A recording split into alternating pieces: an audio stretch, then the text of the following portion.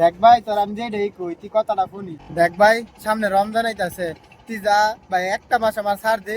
তুই আমারে নবরাত্র ছাড় দিছ না, তুই আমার দিয়ে ডাব চুরি করাইছ ভাই না বালা। তুই যাইগা ভাই, তুই আমার রমজান মাসটা ইবাদত করতাম দে, আল্লাহর কাম করতাম দে, তুই যাইগা ভাই। সারা তো যাইতে হইব, রমজান মাস যাইতাছে। তুই এক কাম করিস, আমি তোর একটা কিছু কয়ে দে, তুই হুই না আমার কথাটি মাথার মধ্যে ডয়ে রাইস।